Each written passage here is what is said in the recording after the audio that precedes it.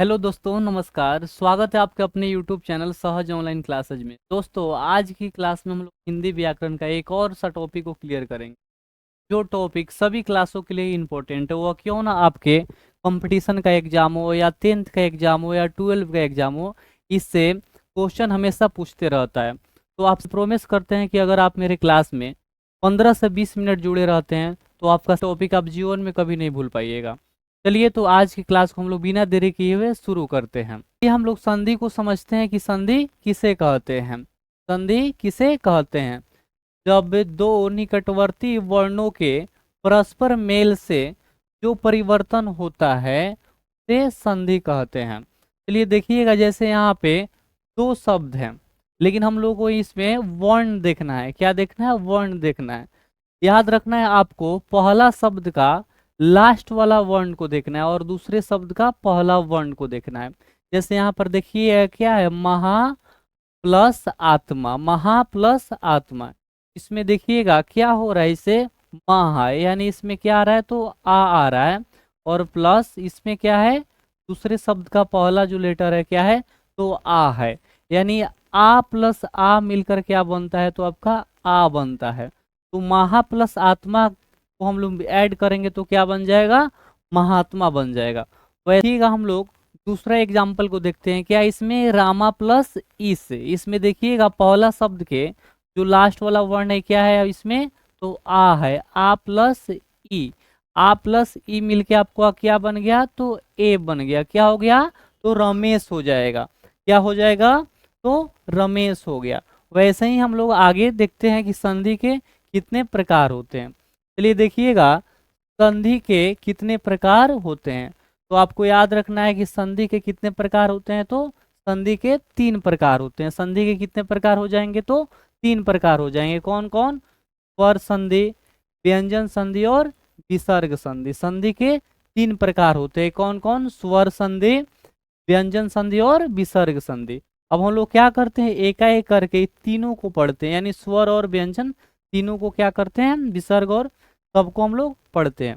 सबसे पहले हम लोग समझते हैं कि स्वर संधि किसे कहते हैं। स्वर संधि से आप लोग याद रखिएगा कि स्वर वर्ण, इसमें क्या होगा तो स्वर वर्ण का आप लोगों को पता ही है कि अ आ को क्या कहते हैं तो स्वर वर्ण कहते हैं। अ आ में अंग और अ को क्या कर छोड़ के जितने भी वर्ण होते हैं उसे क्या कहते हैं तो स्वर वर्ण कहते हैं।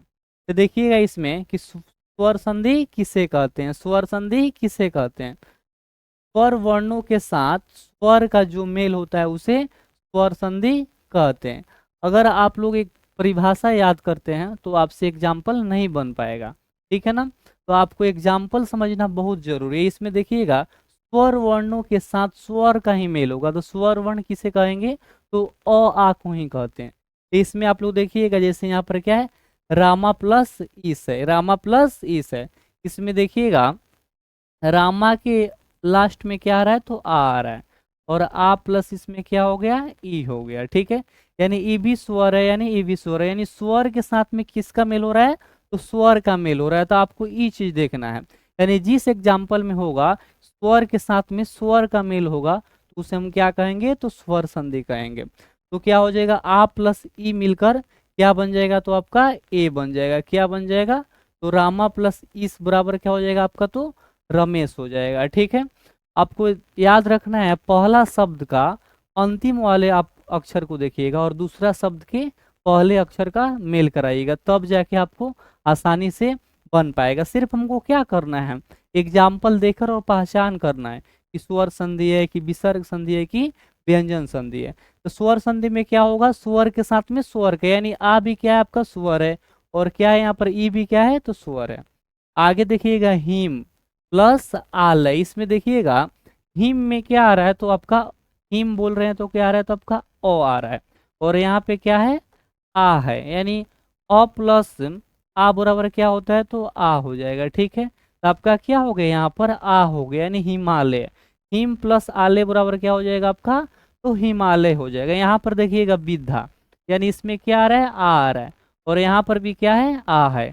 आ प्लस आ बराबर क्या होता है आपका तो आ होता है। तो क्या हो जाएगा यहाँ पर विद्या, क्या हो गया यहाँ पर विद्या, यानी विद्या प्लस आलय बराबर आपका क्या हो जाएगा तो विद्यालय हो जाएगा। तो हमको उम्मीद है कि आपको इस स्वर संधि आपको समझ में आया होगा। इसमें देखना आपको ये चीज है कि स्वर के साथ में स्वर का ही मेल होगा। चलिए हम लोग आगे देखते हैं, स्वर संधि का प्रकार भी होता है। देखिएगा स्वर संधि के कितने प्रकार होते हैं या भेद होते हैं। तो आपको याद रखना है स्वर संधि के कितने, तो 5 भेद होते हैं या प्रकार होते हैं, ठीक है ना। भेद पूछे या प्रकार पूछे, आप लोग याद रखिएगा। पहला क्या हो जाएगा आपका दीर्घ संधि, दूसरा क्या हो जाएगा वृद्धि संधि, और तीसरा आपका क्या हो जाएगा तो पूर्ण संधि, चौथा यण संधि, और पांचवा अयादि संधि। क्या हो जाएगा पांचवा अयादि संधि। हम लोग क्या करते हैं पांचों को एकाएक करके हम लोग समझते हैं कि किसे दीर्घ संधि कहेंगे, वृद्धि संधि कहेंगे, या गुण संधि, यण संधि, या अयादि संधि कहेंगे। चलिए सबसे पहले हम लोग क्या करते हैं दीर्घ संधि को समझते हैं।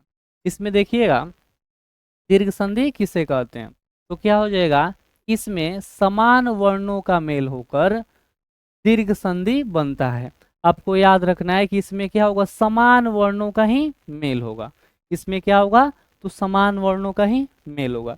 इसका सूत्र भी होता है अक स्वर्ण दीर्घ। जैसे याद रखना है आपको इसमें क्या हो जाएगा ई उ और री।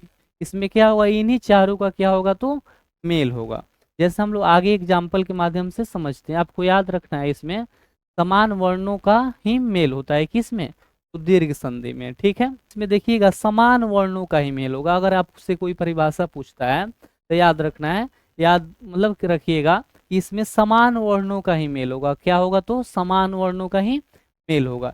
जैसे यहाँ पर देखिएगा अ प्लस अ बराबर मिल गया क्या हो जाएगा तो आ हो जाएगा। ई प्लस ई बराबर क्या हो जाएगा तो दीर्घ ई हो जाएगा। उ प्लस उ बराबर क्या हो जाएगा आपका दीर्घ उ हो जाएगा। री प्लस री बराबर क्या हो जाएगा तो आपका तो यहाँ पर री हो जाएगा। वैसे ही यहाँ पर देखिएगा अ प्लस आ बराबर क्या हो जाएगा आ हो जाएगा। छोटी ई और बड़ी ई मिलकर क्या बनता है तो बड़ी ही बनता है। हर्षऊ और दीर्घऊ मिलकर क्या बन जाएगा तो दीर्घऊ बन जाएगा। री प्लस री मिलकर क्या बन जाएगा आपका तो री बन जाएगा। चलिए हम लोग आगे समझते हैं। दीर्घ स्वर संधि में ही इसका एग्जाम्पल को समझ, आपको क्या याद रखना है इसमें समान वर्णों का ही क्या होगा तो मेल होगा। जैसे आप लोग देखिएगा यहाँ पर क्या है जिससे देव प्लस आल है। अगर यहाँ पे क्या है अ है तो फिक्स है यहाँ पर अ आएगा या आ आएगा, ठीक है। दीर्घ संधि में क्या होगा तो समान वर्णों का ही क्या होगा तो मेल होगा, ठीक है। तो क्या हो जाएगा यहाँ पर देव प्लस आले बराबर क्या हो जाएगा देवाले।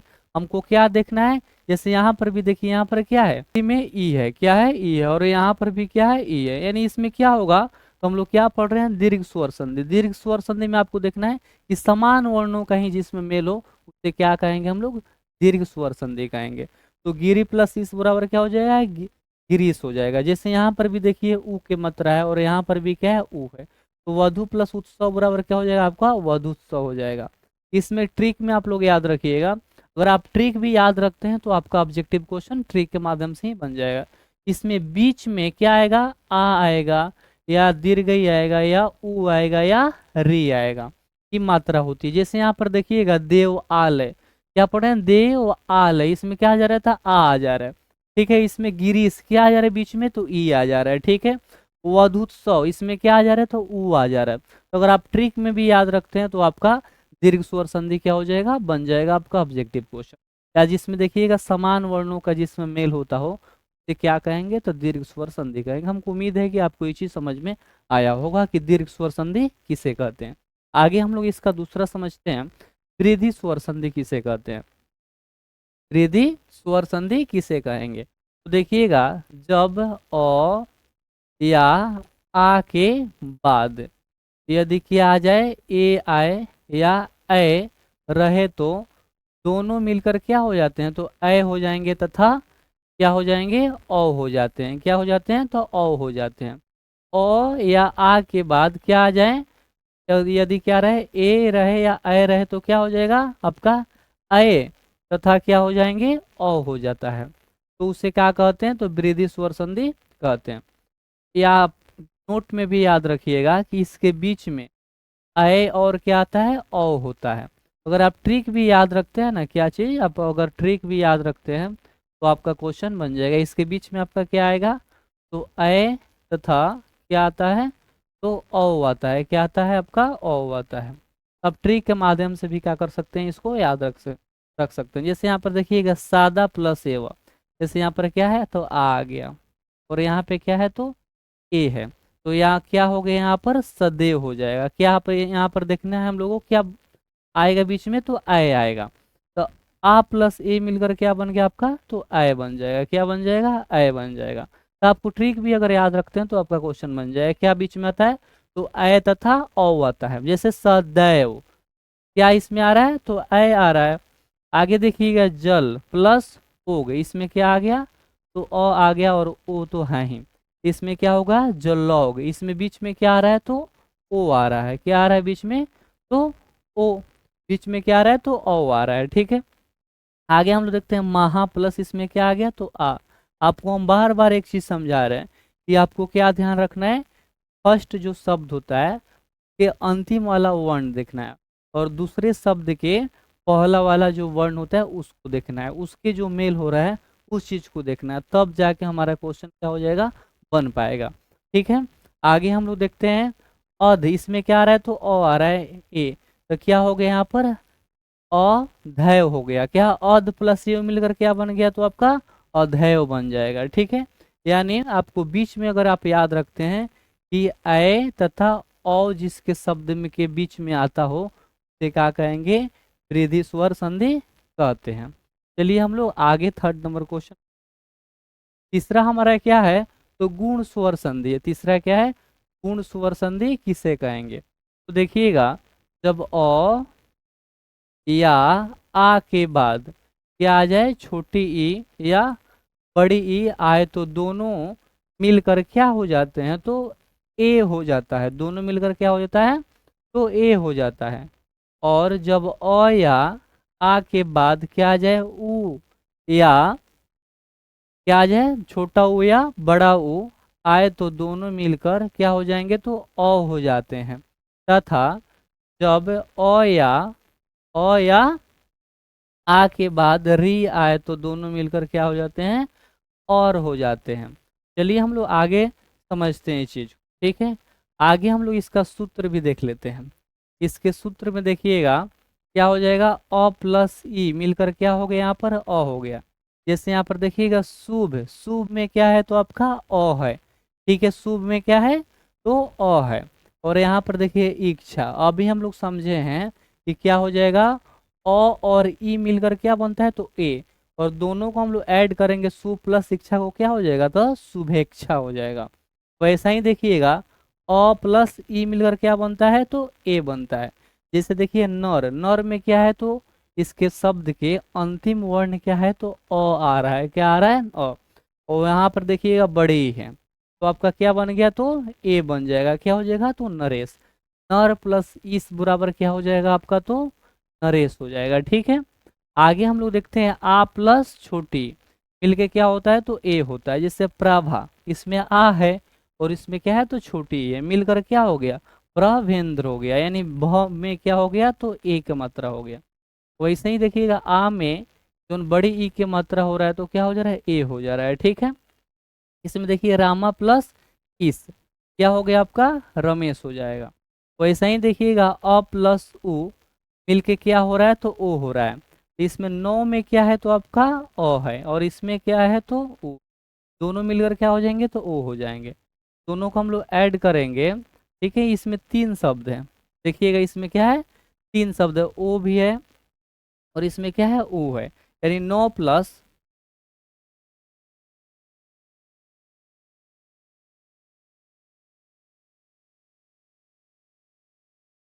चलिए आगे हम लोग समझते हैं। देखिए यहाँ पर क्या है, अ प्लस उ मिलकर क्या हो जा रहा है, तो ओ हो जा रहा है। इसमें देखिए क्या है, तो 9 में क्या है, तो अ है, और यहाँ पे क्या है, तो उ है। क्या अ प्लस उ मिलकर क्या हो रहे हैं, तो अ हो रहे हैं। तो इसमें क्या बन जाएंगे, बन जाएगा, तो नवोत्सव हो जाएगा। ठीक है, आगे देखिए अ प्लस उ मिलकर क्या हो रहा है, तो अ हो रहा है। इसमें देखिए जल में क्या है, तो अ है, और इसमें क्या है, तो उ है। यानी दोनों मिलकर क्या हो जाएंगे, तो अ हो जाएंगे। क्या हो जाएंगे, तो अ हो जाएंगे। दोनों को ऐड करेंगे तो क्या हो जाएगा, जलोष्मा हो जाएगा। ठीक है, आ प्लस उ मिलकर क्या हो रहा है, तो ओ हो रहा है। जैसे यहाँ पर देखिए कि धारा, इसमें क्या है, तो आ है। और इसमें क्या है तो ऊ है। दोनों को ऐड करने पे क्या हो रहा है तो ओ हो रहा है। तो ऐड करेंगे तो क्या हो जाएगा, क्या हो जाएगा, धरोर मी हो जाएगा। क्या हो जाएगा, धरोर मी हो जाएगा। आगे हम लोग देखते हैं आ प्लस ऊ मिलकर क्या हो रहा है तो ओ हो रहा है। जैसे यहाँ पर देखिए हित, हित में क्या है आपका तो अ है, और यहाँ पर क्या है तो ऊ है। दोनों को ऐड करेंगे तो क्या हो जाएगा, यहाँ पर हितोपदेश हो जाएगा। यानी हित प्लस उपदेश बराबर क्या हो जाएगा तो हितोपदेश हो जाएगा। वैसा ही हम लोग क्या करते हैं आगे समझ, आगे देखिएगा गुण स्वर संधि किसे कहते हैं। ठीक है, इसका परिभाषा हम लोग नहीं भी याद करते हैं तो इसका क्वेश्चन हम लोग आसानी से बना सकते हैं। आपको याद रखना है इसके बीच में क्या आएगा, ए आएगा, ओ आएगा, या और आएगा, या अल आएगा। तो आपको ये चीज़ याद रखना है। जैसे आप एग्जाम्पल में समझिएगा, तप्त प्लस ऋषि क्या हो गया, तप्त ऋषि। इसमें देखिए क्या चीज़ आ रहा है तो अ आ रहा है, और इसमें क्या आ रहा है तो री आ रहा है। यानी पहला शब्द के जो अंतिम लेटर है उसमें क्या है तो अ है, और दूसरा शब्द का पहला में क्या है तो री है। यानी दोनों को हम लोग ऐड करेंगे तो क्या बन जाएगा तो और बन जाएगा। तो आपको याद रखना है कि जिसके बीच में उच्चारण करते समय और है, जैसे देखिए सप्त ऋषि, इसमें क्या आ रहा है तो और आ रहा है। वैसा ही देखिएगा महा प्लस ऋषि, इसमें महा में क्या है तो आपका आ है, और इसमें क्या है तो री है। दोनों का ऐड कर रहे हैं तो क्या बन रहा है तो आपका और बन रहा है। और आपको ये भी चीज़ याद रखना है बीच में क्या आएगा यहाँ पर और आएगा तो क्या कहेंगे तो गुण संधि कहेंगे। जैसे इसका एग्जाम्पल में देखिएगा क्या हो जाएगा, रामा प्लस इस बराबर क्या हो जाएगा रमेश हो जाएगा। हित प्लस उपदेश बराबर क्या हो जाएगा हितोपदेश हो जाएगा।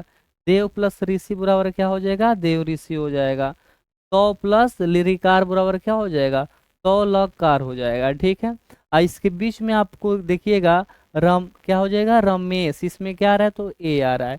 हितोपदेश, हितो इसमें क्या आ रहा है बीच में तो ओ आ रहा है। देव ऋषि इसमें क्या आ रहा है तो ए आ रहा है। आपको याद रखना है कि इसके बीच में क्या आएगा तो ए आएगा, ओ आएगा, और आएगा, या अल आएगा, उसे कहा कहेंगे हम लोग तो गुण स्वर संधि कहेंगे। आगे हम लोग समझते हैं यण स्वर संधि किसे कहते हैं। तो आप लोग इसको समझिएगा कि यण स्वर संधि किसे कहते हैं। जब ई या छोटा ई या बड़ी ई के बाद कोई भी असमान स्वर आए तो ई या बड़ी ई का क्या हो जाएगा तो आधा य हो जाता है। ठीक है ना, आधा य हो जाता है। और जब छोटा ऊ या बड़ा ऊ के बाद कोई भी असमान स्वर आए तो छोटा ऊ या बड़ा ऊ क्या हो जाता था आधा व हो जाता है। तथा जब री के बाद कोई भी असमान स्वर आए तो क्या हो जाएगा री का हो जाएगा तो आधा र हो जाता है। यह बिल्कुल सिंपल है। इसमें क्या आ जाएगा देखिएगा आधा य के बाद में देखिएगा आधा व, क्या आधा व, और फिर क्या हो जाए जो री होता है आधा र में क्या हो जाता है बदल जाता है। आपको ये चीज़ तीनों को ध्यान रखिएगा, जिसमें आपको ये दिखाई दे तो क्या समझिएगा तो ये अण स्वर संधि हो जाएगा। जैसे हम लोग इसके एग्जाम्पल को एग्जाम्पल में देखिएगा कि दूसरी परिभाषा भी देखिएगा। जब ई उ री के आगे कोई भी असमान स्वर आए तो वह क्या हो जाता है ई जो होता है क्या चीज़ में बदल जाता है आधा य, जो ऊ होता है वो आधा व, जो री होता है वह आधा र हो जाता है। हम लोग अभी समझें जैसे इसका सूत्र भी होता है। जैसे देखिएगा छोटा ई बराबर क्या आ गया यहाँ पर अच, यानी असमान हो गया। तो यहाँ पर ई जो होगा इसमें अभी हम लोग समझे हैं कि जो ई होगा क्या हो जाएगा आधा य में बदल जाएगा, आधा य में। जैसे बड़ी ई भी है और ई भी क्या चीज़ में बदल जाएगा तो आधा य में। जो ऊ है क्या चीज़ में बदल जाएगा आधा व में बदल जाएगा, और जो बड़ा ऊ है वो क्या चीज़ में बदल जाएगा वो भी आधा व में बदल जाता है। आगे हम लोग समझते हैं इसका एग्जाम्पल। जैसे देखिएगा इसमें क्या है ई है। अभी हम लोग समझते हैं जो ई होता है वह क्या चीज़ में बदल जाता है तो आधा य में बदल जाता है। यदि प्लस अपी बराबर क्या हो जाएगा यद्यपि हो जाएगा, यानी आधा य में बदल गया। यद्यपि यानी इसमें भी क्या आधा अ है। मधु प्लस अरी बराबर क्या हो जाएगा, मधुवारी। अभी हम लोग पढ़ेंगे ऊ आएगा तो क्या हो जाएगा, आधा वह हो जाता है।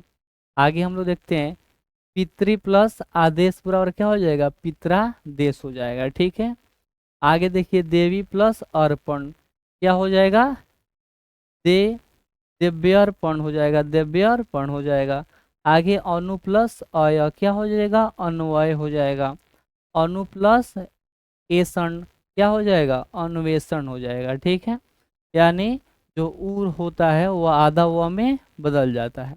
आगे हम लोग 5 नंबर देखते हैं। 5 में है आयादी स्वर संधि। तो इसमें देखिएगा, आयादी स्वर संधि किसे कहते हैं, जब ए या ए के बाद कोई भी असमान स्वर आए तो ए का क्या चीज में, अय, तथा अय का आय हो जाता है। आपको याद रखना है, तो क्या होता है, ए होता है वो क्या चीज में आपका बदल जाएगा, तो अभी हम लोग समझे हैं कि अय में बदलता है।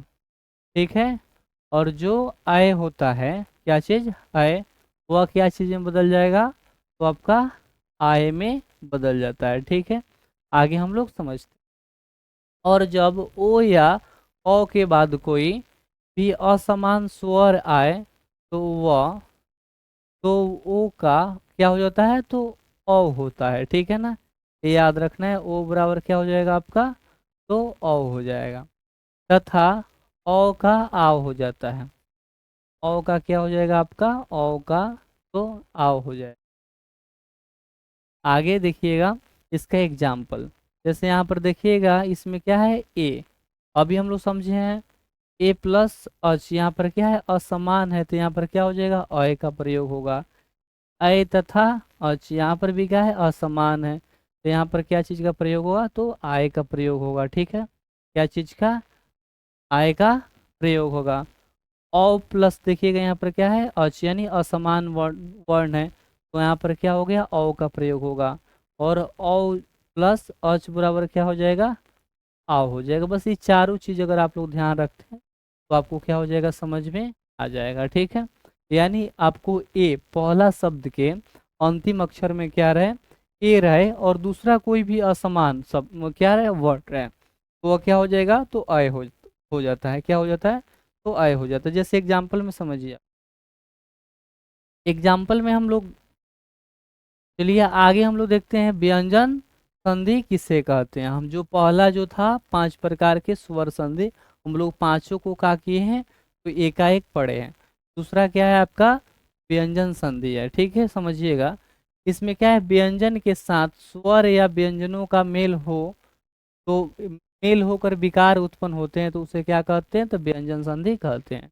व्यंजन के साथ स्वर या व्यंजनों के मेल से जो विकार उत्पन्न होते हैं, जो विकार उत्पन्न होते हैं उसे क्या कहते हैं, तो व्यंजन संधि कहते हैं। जैसे यहाँ पर देखिएगा, क्या इसमें दिक प्लस अंबर क्या हो जाएगा आपका, दिगंबर हो जाएगा। क्या हो जाएगा, दिगंबर हो जाएगा। यहाँ पर देखिएगा अच प्लस अंत क्या हो जाएगा, अजंता हो जाएगा। ठीक है, इसमें लोग क्या, व्यंजन के साथ स्वर या व्यंजनों किसी का मेल रहे। ठीक है, तो हम लोग क्या कहेंगे, व्यंजन संधि कहते हैं। ठीक है, जैसे आधा क, इसमें क्या है, तो सिर्फ क ही है, इसमें अ की मात्रा नहीं है। ठीक है, यानी व्यंजन हो गया इधर, और इधर क्या हो गया आपका, स्वर हो गया। यानी एक में क्या होगा, स्वर होगा, तो दूसरे में व्यंजन होगा। अगर पहले में क्या है, व्यंजन है, तो दूसरे में क्या होगा, स्वर होगा। लेकिन हम लोग स्वर संधि के जितने भी प्रकार पढ़े हैं उसमें क्या हो रहा था, स्वर के साथ में स्वर का ही मेल हो रहा था। ठीक है, नहीं सब में क्या हुआ है, स्वर के साथ में स्वर का ही मेल हुआ है, उसे हम लोग क्या कहें, तो स्वर संधि मतलब कहते हैं। और कहा गया है, इसमें देखिए क्या हुआ है, तो इसमें स्वर रहे या व्यंजन। ठीक है, व्यंजन संधि में पहले व्यंजन रहे या स्वर, कोई दिक्कत नहीं है। ठीक है, इसमें हम लोग व्यंजन समझना बिल्कुल आसान है। क्या है, इसमें स्वर के साथ में स्वर का मेल नहीं होता है, स्वर के साथ में व्यंजन रहे या व्यंजन के साथ में स्वर रहे। ठीक है, आगे हम लोग समझते हैं। इसमें देखिएगा व्यंजन संधि, इसके कुछ नियम होते हैं, व्यंजन संधि के कुछ नियम है जो निम्न प्रकार के होते हैं। देखिएगा इसमें क्या है, जब क, आधा क आपका क्या हो गया, तो व्यंजन हो गया। क्या हो गया, तो आपका व्यंजन हो गया। ठीक है, आधा च, आधा ट, आधा त, आधा प। आप देख रहे होंगे यानी सभी के सभी क्या है, यानी जैसे क वर्ग के पहला लेटर है, च वर्ग के पहला लेटर है, ठीक है, तो वर्ग का पहला है, ट वर्ग का पहला है और प वर्ग के पहला है। यानी किसी मतलब वर्ग के जो पहले वर्ण के बाद कोई स्वर या वर्ण हो, किसी वर्ण का तीसरा या चतुर्थ वर्ण अथवा य, र, ल, प आए तो क्या हो जाता है, आधा क, आधा च, आधा ट, आधा त, आधा प की जगह उसी वर्ग का तीसरा वर्ण हो जाता है। वर्ण का क्या हो जाएगा, तो तीसरा वर्ण हो जाएगा। यानी उस इसके बाद कोई स्वर वर्ण हो या किसी वर्ग का तीसरा, यानी कोई अगर स्वर आता है इसके बाद, तो उसी वर्ग का, जैसे मान लेते हैं च वर्ग में हम लोग देख रहे हैं, च वर्ग के बाद अगर कोई क्या आ जाए, स्वर आ जाए, तो च वर्ग के क्या आ जाएगा, तो तीसरा वहां पर हो जाएगा। जैसे यहाँ पर देखिएगा क्या दिक के बाद में क्या आ गया, देखिए अ आ गया, आपका क्या होता है, अ तो स्वर होता है, ठीक है। तो हम लोग क्या समझे, अभी किसी वर्ग के जो पहला होता है वह उसी वर्ग का तीसरा हो जाएगा। जैसे यहाँ पर दिक प्लस अंबर बराबर क्या हो जाएगा, दिगंबर हो जाएगा। देखिए क की जगह पर क का जो तीसरा वर्ण होता है क्या होता है, आपका ग होता है, आपका देखिए यहाँ पर ग आ गया। आगे देखिए अच प्लस अंत, यहाँ पर इस ज का जो तीसरा वर्ग हो मतलब वर्ण होता है वो क्या होता है, तो ज होता है, अजंता हो गया। यहाँ देखिए सट प्लस आनन क्या हो गया, सडानन, यानी ट का जो तीसरा होता है वो क्या होता है आपका, तो ड होता है, ठीक है। आगे देखिए जगत का क्या हो जाए, जगत प्लस आनंद बराबर क्या हो गया, जगदानंद हो जाएगा, जगदानंद। यानी अभी हम लोग समझे हैं इसका पहला नियम में, किसी वर्ग के जो पहला होता है, अगर किसी शब्द के पहले किसी शब्द के लास्ट वाले जो वर्ण होता है, अभी हम लोग क्या समझे हैं, तो देखिएगा किसी शब्द के, अभी हम लोग क्या समझे हैं, चलिए अब हम लोग आगे समझते हैं दूसरे नियम। आगे आप लोग देखिएगा इसके कुछ नियम हैं, हम लोग अभी पहला नियम देखें, दूसरा नियम देखिएगा। यदि क आधा च, आधा ट, आधा त, आधा प के बाद क्या है, न आए या म आए, तो वह यह पूरा के पूरा जो होता है, आधा क, आधा च और आधा ट और आधा त, वह अपने वर्ग के पंचम वर्ण में बदल जाता है। दूसरा नियम यही का, अगर किसी वर्ग के जो पहला होता है वो क्या चीज में बदल जाएगा, तो पंचम में बदल, यानी पांचवा वर्ण हो जाएगा, क्या हो जाएगा, पांचवा। पांचवा वर्ण कब होगा, जब इसके बाद क्या है, न आए या मो आए। जैसे देखिएगा यहाँ पर वाक, वाक के बाद में क्या आ गया, तो मो आ गया, तो ये क्या बदल जाएगा, तो पांचवा में, यानी क्या हो गया, वांगमय हो जाएगा। सट प्लस मास क्या हो जाएगा आपका, संड मास हो जाएगा, ठीक है ना, संड मास। अप प्लस मय क्या हो गया, अममय। अच प्लस नन क्या हो जाएगा, अच जन, क्या हो जाएगा, अच जन। यानी अभी हम लोग समझे हैं, मान लेते हैं क वर्ग, यानी क पहला हो गया, अगर क के बाद आ रहा है क्या चीज, तो न या म आ रहा है, तो क क्या चीज में बदल जाएगा, उसके पांचवें वर्ण में बदल जाता है। आगे हम लोग समझते हैं। आगे देखिएगा तीसरा जो नियम है, यदि छ के पहले कोई पर वर्ण आए तो जो छ के स्थान पर क्या हो जाएगा, चच हो जाता है, क्या हो जाता है, तो चच हो जाता है। चलिए जैसे एग्जांपल में समझिएगा, देखिए स्व प्लस छंद क्या हो जाएगा, स्वछंद हो गया। परि प्लस छेद क्या हो जाएगा, परिच्छेद हो जाएगा। मातृ प्लस छाया क्या हो जाएगा, मातृ छाया। आ प्लस छादन क्या हो जाएगा, आज क्या हो जाएगा, आच्छादन हो जाएगा, क्या हो जाएगा, तो आच्छादन हो जाएगा। आगे हम लोग समझते हैं। आगे देखिएगा चौथा नंबर नियम, यदि म के बाद कोई स्पर्शी व्यंजन आए तो आधा म का अनुस्वार या उस वर्ग का पांचवा अक्षर हो जाता है। यदि म के बाद कोई स्पर्शी व्यंजन आए, जैसे देखिएगा यहाँ पर अलम, देखिएगा यदि अलम प्लस कार क्या हो जाएगा, अलंकार हो जाएगा, क्या हो जाएगा, अनुस्वार में बदल गया यहाँ पे। आगे देखिएगा सम प्लस बंद क्या हो जाएगा, संबंध, अनुस्वार में बदल गया। म प्लस डित क्या हो जाएगा, म पम प्लस डित क्या हो जाएगा, पंडित हो जाएगा। सम प्लस पूर्ण क्या हो जाएगा आपका, तो संपूर्ण हो जाएगा। देख रहे हैं आप लोग कि अनुस्वार में बदल जा रहा है। ठीक है, आगे हम लोग समझते हैं। देखिएगा 5 नंबर नियम में यदि आधा तो आधा द के बाद ल रहे तो आधा तो और ल क्या आधा ल में बदल जाता है, आधा ल में बदल जाता है। जैसे देखिएगा यहाँ पर उत क्या है, आधा तो के बाद आपका क्या आ गया, ल आ गया। उत प्लस लास क्या हो गया, क्या हो गया, उल्लास हो जाएगा, यानी आधा ल में यहाँ पर बदल गया। आगे हम लोग समझते हैं। देखिएगा विसर्ग संधि, अभी हम लोग दो संधि पढ़े हैं, एक लास्ट संधि क्या बचा हुआ है, तो विसर्ग संधि है। ठीक है, विसर्ग संधि में देखिएगा स्वर और व्यंजनों के मेल से विसर्ग में जो परिवर्तन होता है से विसर्ग संधि कहते हैं। जैसे देखिएगा इसमें मन प्लस हर क्या हो जाएगा, मनोहर क्या हो जाएगा, मनोहर। नम प्लस कार क्या हो जाएगा, नमस्कार। यस प्लस दा क्या हो जाएगा, यशोदा हो जाएगा। ठीक है, अगर आप लोग तोड़िएगा ना तो पहले शब्द में क्या आएगा, विसर्ग आएगा, क्या आएगा, विसर्ग आएगा। समझ जाइएगा यह कौन संधि है, तो विसर्ग संधि है। आगे देखते हैं नोट में विसर्ग संधि के। ठीक है, विसर्ग संधि के भेद नहीं होते हैं, ठीक है ना, बल्कि इसके कुछ नियम होते हैं। विसर्ग संधि के भेद नहीं होते हैं, बल्कि इसके कुछ नियम होते हैं। पहला नियम में देखिएगा यदि विसर्ग से पहले और रहे और विसर्ग के बाद वर्ग का तीसरा चतुर्थ या पंचम वर्ण आए या य र ल व ह हो तो अ और विसर्ग मिलकर क्या हो जाते हैं, तो ओ हो जाता है। जैसे देखिए यहाँ पर क्या मना प्लस हर क्या हो गया, मनोहर। इसमें क्या हो गया, ओ हो गया। यस प्लस दा क्या हो गया, यशोदा हो गया। सर प्लस ज क्या हो गया, सरोज हो गया। मना प्लस ज क्या हो गया, मनोज हो गया। यश प्लस धारा यशोधारा हो गया। इसमें क्या हो जा रहा है, तो ओ हो जा रहा है। ठीक है, आगे समझते हैं।